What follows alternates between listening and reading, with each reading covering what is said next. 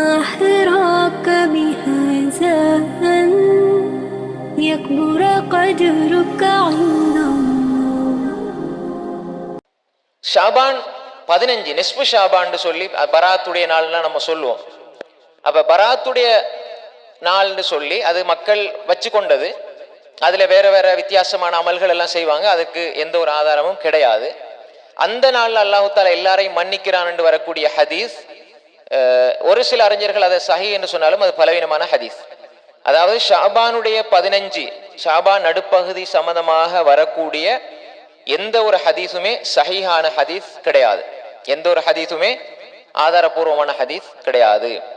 அப்ப அந்த 15ல நோன்பு பிடிக்கிறது என்பது சுன்னத் அல்ல.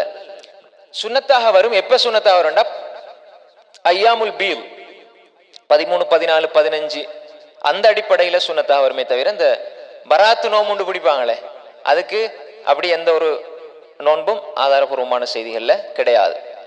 இன்னும் ஒரு ஹதீஸ் வருது, இதன் தஸஃப ஷாபான் ஃபலா தஸூமு, ஷாபானுடைய அரைவாசியை நீங்கள் அடைந்து விட்டால் அதுக்கு பிறகு நோன்பு பிடிக்காதீங்கன்னு சொல்லி.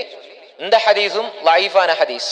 பலர் சஹீஹான ஹதீஸ்னு சொன்னாலும் முற்காலத்து அறிஞர்கள், ஹதீஸ் துறையினுடைய முற்காலத்து அறிஞர்கள் இந்த ஹதீஸை லைஃப் என்று சொல்றாங்க. அதனால ஷாபான் 15க்கு பிறகு நோன்பு பிடிக்க கூடாதுன்னு சொல்லுவாங்க. அதனால ஷாஃபி மதபை சார்ந்தவங்க ஷாபான் 15க்கு பிறகு நோன்பு பிடிக்கிற மக்ரூஹாக சொல்லுவாங்க. ஷாஃபி மதப் நீங்க பாத்தீங்க என்றால் உங்களோட ஊர்களில் மதப் எடுக்கணும் தேவைன்னு சொல்லி வர இல்லை, அந்த கருத்தை சொல்றேன். ஏன் அந்த கருத்து பரவலாயிருக்கின்றா அப்படி ஒரு நிலைப்பாடு அவங்ககிட்ட இருக்குது. அப்ப ஷாபான் 15க்கு பிறகு பிடிக்க கூடாதுன்னு சொல்லி சொல்லுவாங்க. அப்ப அந்த ஹதீஸ் பலவீனமானது, பிடிக்கலாம், அது ஒரு விஷயம். இன்னும் ஒரு ஹதீஸ் வருது புகாரில, ரமலானுக்கு 1 நாள் 2 நாள் முந்தி நோன்பு பிடிக்க வேண்டாம், பேணுதல் அடிப்படையில் பிடிக்க கூடாது.